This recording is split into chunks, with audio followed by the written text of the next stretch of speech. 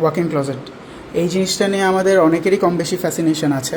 তো এখনকার অ্যাপার্টমেন্টে আসলে ম্যাক্সিমাম কেসেই ওয়াক ইন ক্লোজেটের জায়গা থাকে না। তো এইটাতেও ছিল না। আমরা রিসেন্টলি ক্লায়েন্টের ডিমান্ড অনুযায়ী এই জিনিসটা করেছি।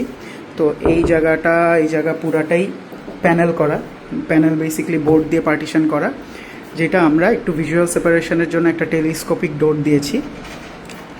আমরা দুই পাশে ওয়াক ইন ক্লোজেট দেখতে পাচ্ছি।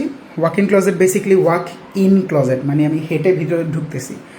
তো মাঝখানে মিরর ড্রেসিংয়ের জন্য। এই যে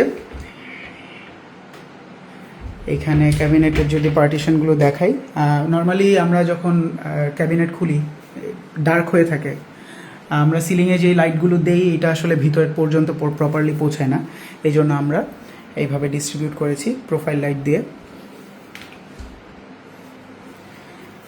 এইখানে আমাদের অ্যালুমিনিয়াম গ্লাস প্যানেলিং, এটা ডিজাইন পারপাস বলতে পারি।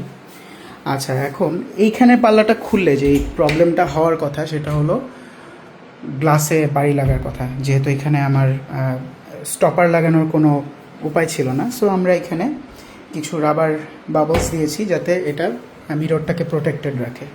এই কেসেও same. I guess that's it. ভিতরের পার্টিশনগুলো এমনই, জাস্ট একটা মিরর অলমোস্ট।